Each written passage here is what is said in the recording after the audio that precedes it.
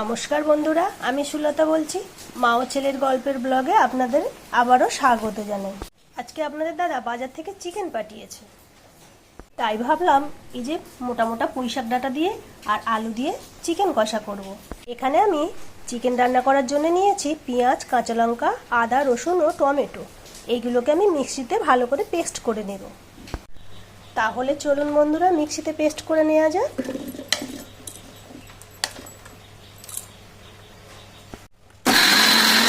চিকেনটাকে আমি একদম ঘরোয়াভাবে রান্না করব, বেশি রিচ করব না।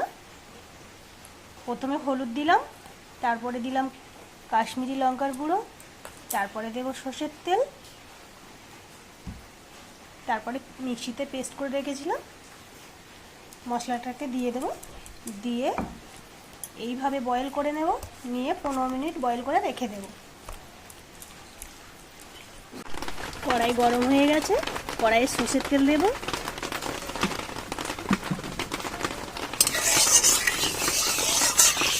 দিয়ে আলু আর পুঁইশাক ডাঁটা ভালো করে ভেজে নেব।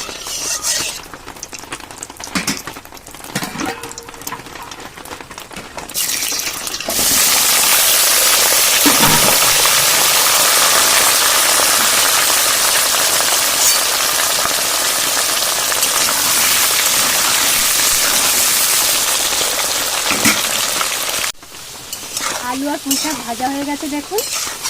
এবার আমি একটা পাত্রে নামিয়ে রাখবো, রেখে এই তেলেতেই আমি চিকেনটাকে কষে নেব। ফোড়নের জন্য আমি এখানে তেজপাতা আর শুকনো লঙ্কা দেব।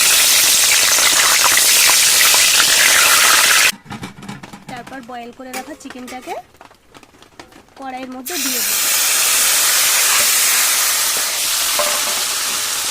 দিয়ে কষতে থাকবো।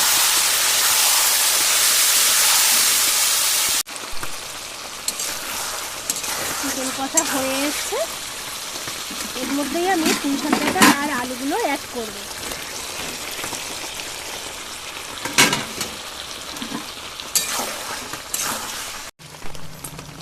ভালোভাবে কষে নিয়েছি, এবার আমি সামান্য পরিমাণে জল অ্যাড করব।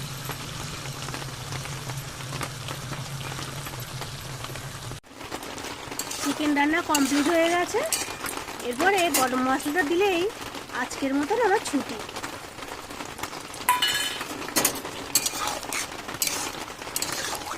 কেমন হয়েছে জানাবেন কিন্তু। যদি ভালো লেগে থাকে তাহলে একটা লাইক ও শেয়ার করে দেবেন। ধন্যবাদ।